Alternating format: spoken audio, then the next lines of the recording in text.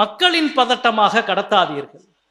வெறுப்பின் கொற்றம் வீழ்க என்ற இந்த வார்த்தையும், அன்பே அரமனை எழுக என்ற இந்த வார்த்தைக்கும் பின்னால் எவ்வளவு நெடிய வரலாறும் வரலாற்று சுவடுகளும் இருக்கிறது என்பதை எனக்கு முன்னால் உரை நிகழ்த்திய தோழர்கள் எல்லாம் இங்கே குறிப்பிட்டார்கள்.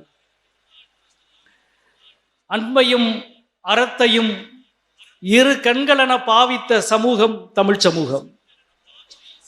வெறும் அன்பு அல்ல, அறம் சார்ந்த அன்பு, அறம் சார்ந்த நெறி, அன்பும் அறிவும் உடைத்தாயின் அறனும் உரைத்தாயின்.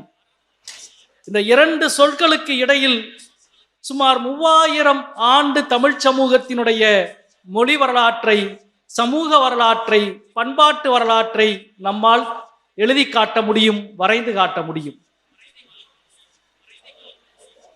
இந்த பன்மைத்துவத்தை நொறுக்கி, இந்த பன்மைத்துவத்தை அழித்து, அழிப்பதற்கான ஆயுதமாக வெறுப்பை இன்றைக்கு கூர்தீட்டிக் கொண்டே இருக்கிறார்கள். ஒவ்வொரு நாளும் கூர்தீட்டப்படுகிறது வெறுப்பின் ஆயுதம். ஆனால் நீ எவ்வளவு கூர்தீட்டினாலும் வெறுப்பின் ஆயுதத்தை முனைமழுங்கச் செய்கிற ஆற்றல் இந்த உலகத்தில் அரசியலுக்கு இருக்கிறது, சட்டத்துக்கு இருக்கிறது, நீதிக்கு இருக்கிறது என்றால் அதை அனைத்தையும் விட 1000 மடங்கு வலிமையோடு இருப்பது கலையிலும் இலக்கியத்திலும். எனவே வெறுப்பின் ஆயுதத்தை வீழ்த்துகிற 3000 ஆண்டு கலை வாரிசுகளாக தமுகவின் ஒவ்வொரு தோழர்களும் களத்திலே நின்று கொண்டிருக்கிறார்கள். வெறுப்புக்கு எதிராக ஒரு சொல்லை எடுத்தால் 3000 ஆண்டுக்கு முன்பு எழுதப்பட்ட என் மூதாதையின் சொல்லிலே இருந்து எடுக்கலாம். எங்கே நீ எடு பார்ப்போம் வெறுப்புக்கான ஒரு சொல்லை தமிழிலே இருந்து. 3000 ஆண்டாக இங்கே செழித்து வளர்க்கப்பட்ட எமது மொழி வெறுப்புக்கு எதிரான மனித அறிவு சார்ந்த மகத்தான கண்டுபிடிப்பு.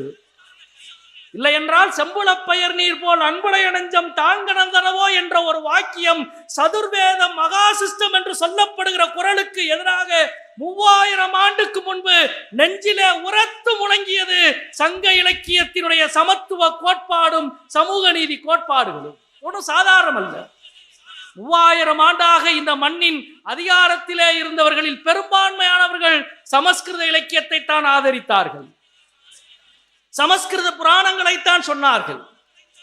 நான் சமீபத்திலே கூட சில நாட்களுக்கு முன்பு கூட மோடி ஆவணங்களினுடைய 3 பகுதியையும் நம்ம தஞ்சாவூர்